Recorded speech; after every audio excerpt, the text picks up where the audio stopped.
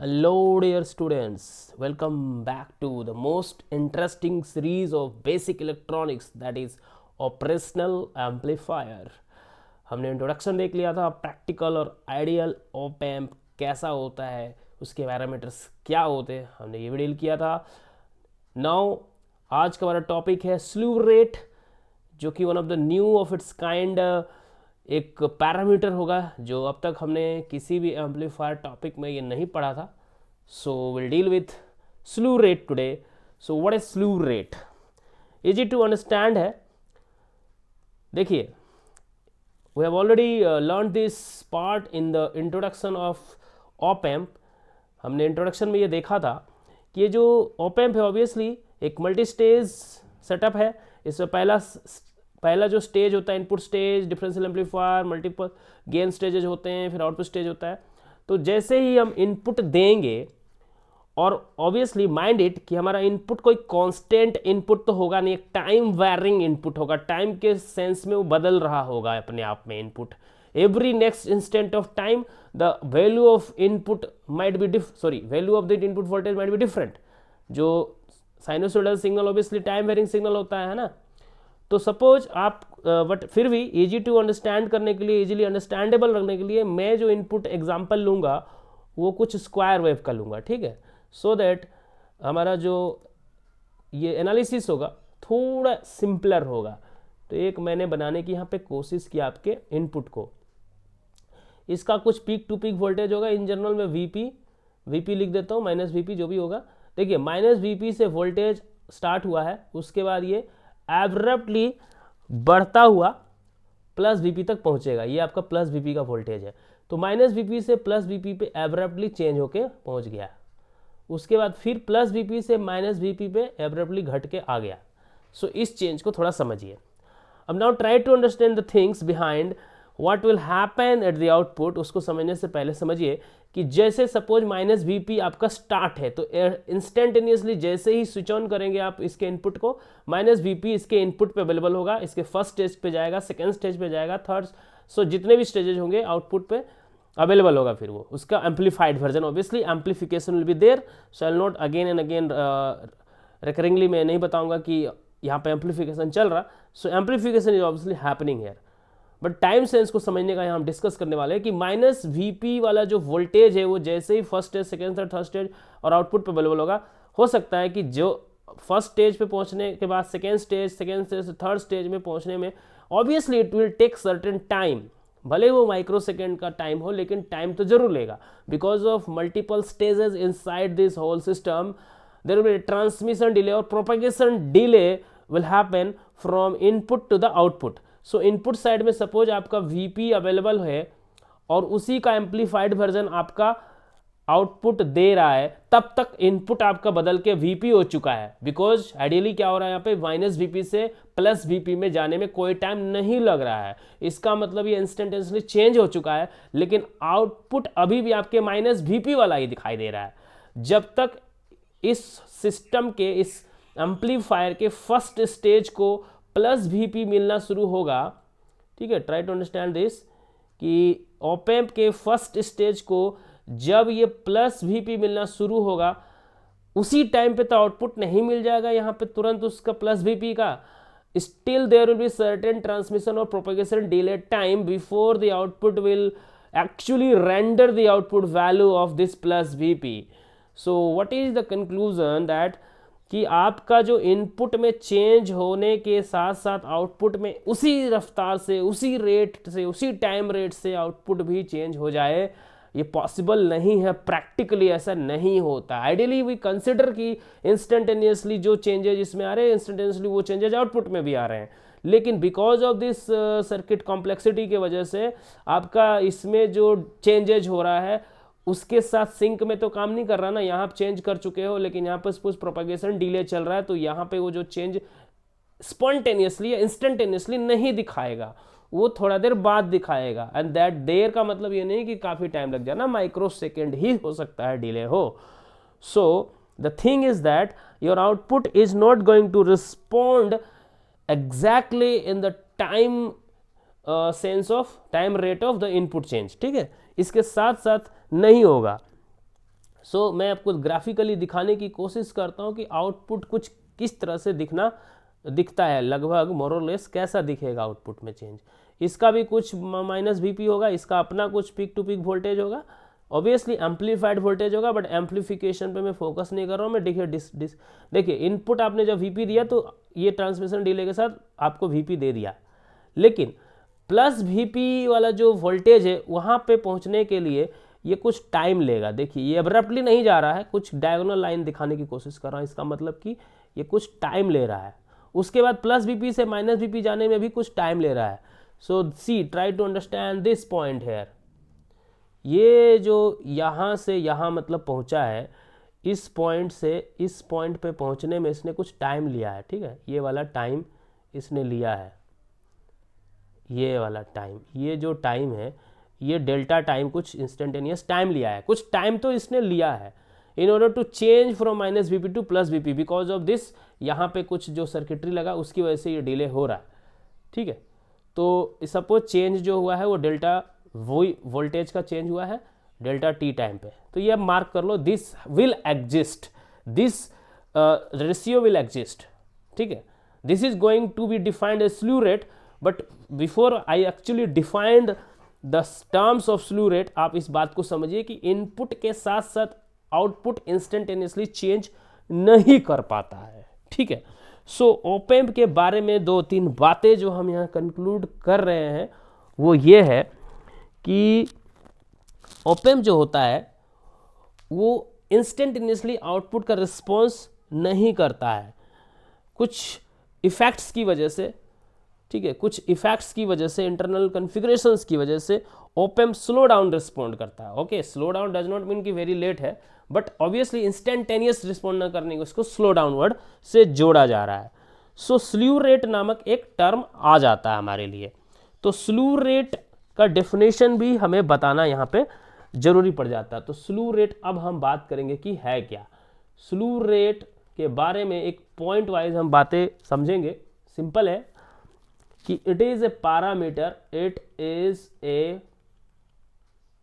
Parameter, language wise हम समझने की कोशिश करेंगे, जो कि शो करता है, showing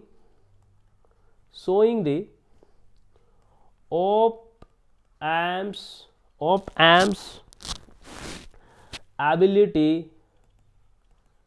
ability to handle the varying signal, to handle the varying input signal, और varying signal एक ही बात है, varying signal यानी कि ऑब्वियसली मैंने इस टॉपिक के शुरुआत में ही बात बोला कि ये कांस्टेंट वोल्टेज तो है नहीं कि इसमें कोई चेंज नहीं हो रहा, तो वो चेंज का कुछ इफेक्ट दिखेगा नहीं, है फर्क नहीं पड़ता, लेकिन इसमें चेंजेज हो रहे हैं, मतलब हम टाइम वेरिंग सिग्नल को डील कर रहे हैं यहाँ पे, right. We are dealing with time varying input signals, और टाइम वेरिंग सिग्नल्स को हम यहाँ पे डील कर रहे हैं। तो इधर भी वेरी करेगा, लेकिन इधर में वेरिएशंस के साथ साथ इंस्टेंटेनियसली इधर में वेरिएशंस हो जाए वो पॉसिबल नहीं है because of this circuitry, this propagation delay practically. So time varying signal को हैंडल करने की एबिलिटी को स्लू रेट दर्शाने वाला है। अगर मैं कहूं कि इसका स्लू रेट अच्छा है, मतलब ये टाइम वेरिंग सिग्नल को अच्छा डील कर रहा है, यानी कि वो अच्छा रिस्पॉन्ड कर रहा है, यानी कि टाइम के सेंस में फास्ट काम कर रहा हो, है ना। सो ऐसा ही कुछ पैरामीटर है ये। Slew rate is the parameter showing the op amps ability to handle the time varying signals, ठीक है। It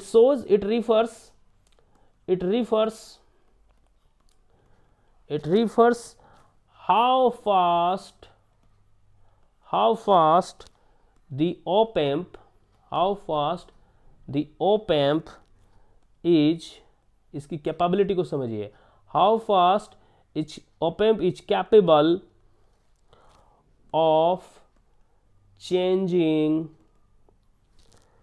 its output voltage in response to a change in the input voltage, in response to a change in input voltage, right. जो बातें मैंने यहाँ समझाई वही हो रहा है। इसमें जो चेंज हुआ माइनस बीपी से प्लस बीपी में, वो इंस्टेंटेनियसली हुआ, उसी इंस्टेंटेनियस सेंस में नहीं हुआ है, ठीक है। तो in respect to input output का, ठीक है, this is your input signal, this is your output signal. ये चेंज को समझिए, यहाँ पे डिले हो रहा कुछ, तो it refers how fast time sense है। Op amp is changing its output with respect to the input, ठीक है। इन्हीं सारी चीज़ों को दर्शाने का कोशिश करता है कौन, योर स्लू रेट। सो स्लू रेट का जो डेफिनेशन है वो मैं अब बताने जा रहा हूँ आपको। स्लू रेट ये बातों को समझाता है। नाउ डिफाइन कैसे होता है, द डेफिनेशन अगर आपको अगर समझना हो, लिखना हो और मैथमेटिक्स को भी डील करना हो, तो डेफिनेशन ये होता है maximum rate, right, maximum rate at which amplifier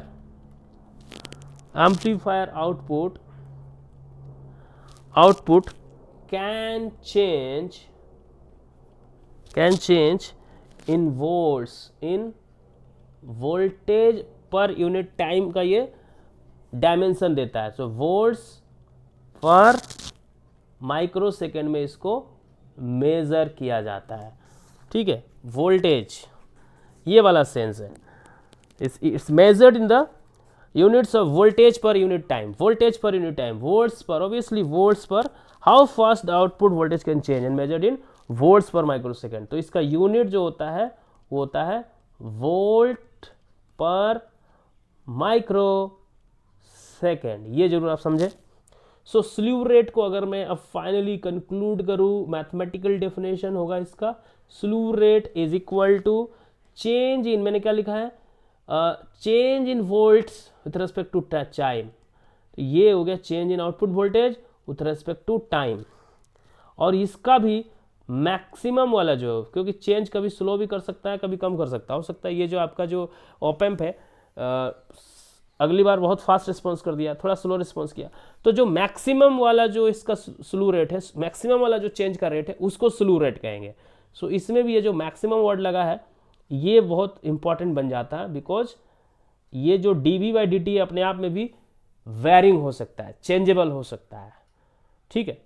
in general यही है, बट उसका मैक्सिमम को हम लेंगे तो that will be called the स्लू rate. So स्लू rate का डेफिनेशन आप इस पॉइंट ऑफ व्यू से इन फिंगर टिप्स आप इसको याद रख सकते हैं। And this things are only to understand the significance of this particular parameter, what ability it actually implies, what ability of the op-amp actually implies the slew rate, ठीक है। सो ये हो गया आपका डेफिनेशन।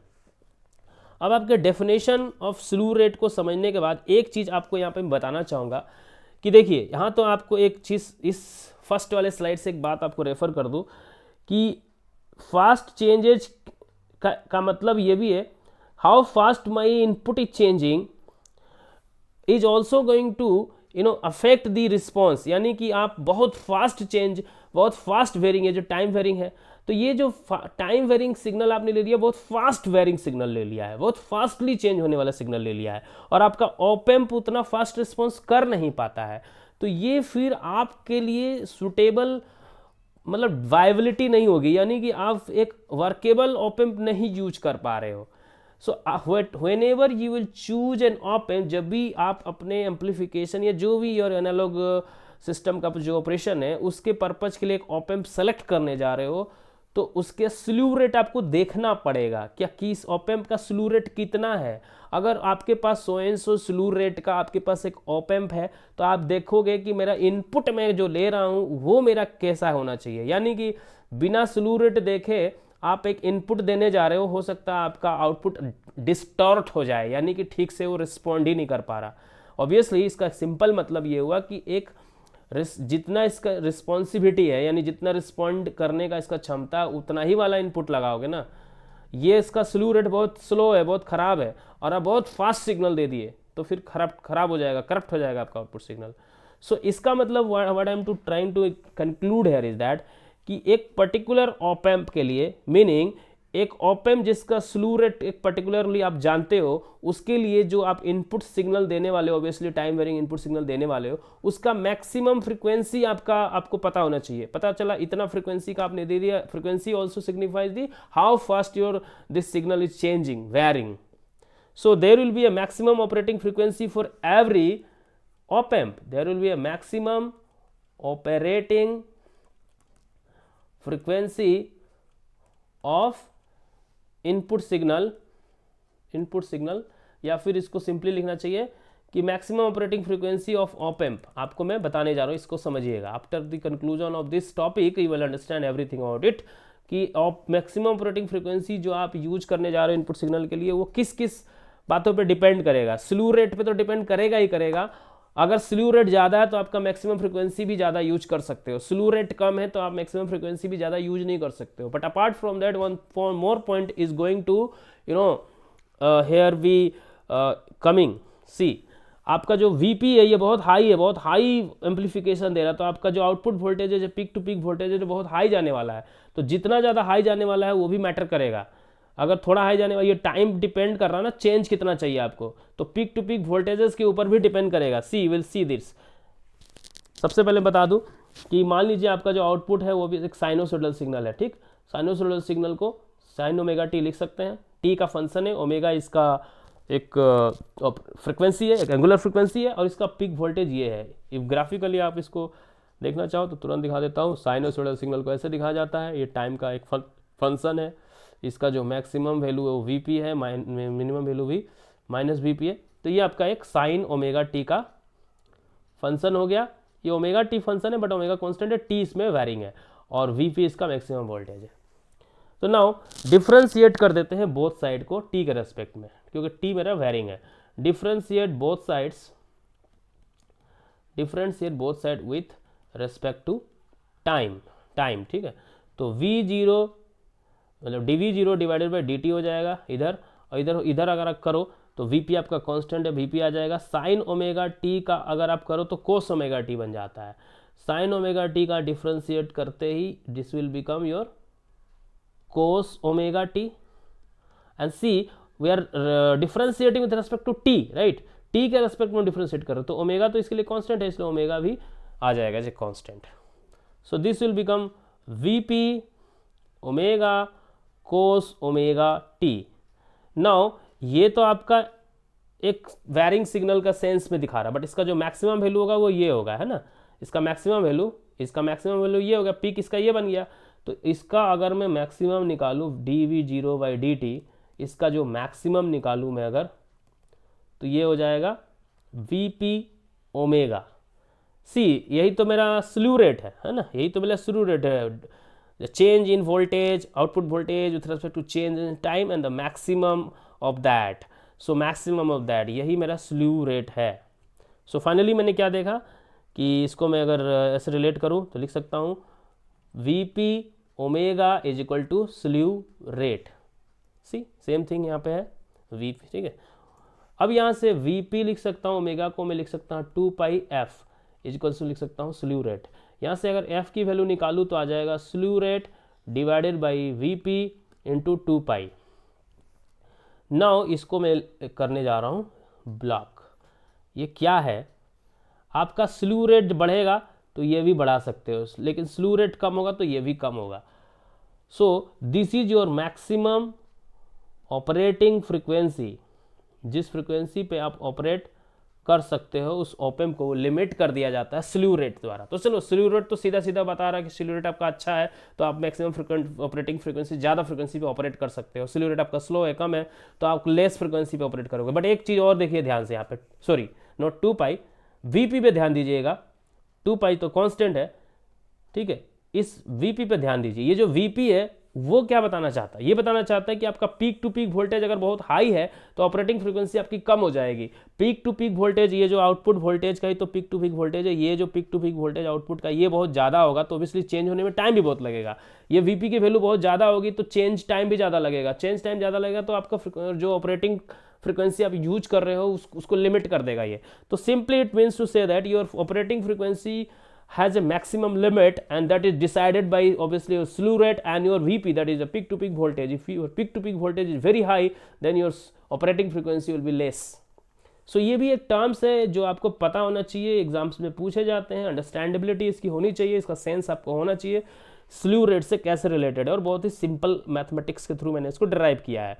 तो ये कभी कभी एग्जाम्स में पूछे जाते हैं। I hope and I expect कि आप इसको जरूर सीखें, ठीक है। तो यहाँ से तो स्लीव रेट और उससे बनने वाला मैक्सिमम ऑपरेटिंग फ्रीक्वेंसी हमने समझ लिया। और स्लीव रेट के बारे में एक चीज़ यहाँ पे फिर से मैं समझा दूँ कि ये जो मैंने बताया कि आउटपुट रिस्पॉन्ड कर रहा है तो कुछ टाइम ले रहा है अपने चेंजेज को अकॉम्प्लिश करने में।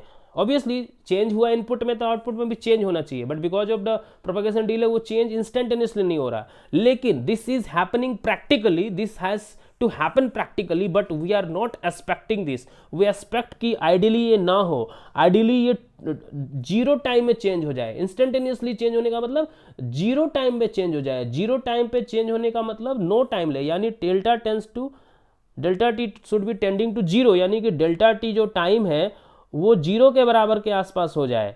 ठीक है, यानी कि मेरा ये जो चीज़ है वो क्या हो जाए, इनफाइनाइट हो जाए। ऑब्वियसली अगर ये limit delta T tends to zero हो जाए तो ये होल वैल्यू क्या होगा, इनफाइनाइट होगा। यानी मेरा स्लू रेट हम चाहेंगे कि क्या हो, इनफाइनाइट हो आइडियली, है ना। हम चाहेंगे कि आइडियली इंस्टेंटेनियसली चेंजेज हो। So I expect this to be infinite ideally. So slew rate कैसा होना, क्या है तो हम समझ गए, कैसा होना चाहिए इसके भाव को रखते हुए हमने समझ लिया, डिसाइड कर लिया कि I always try to have infinite slew rate.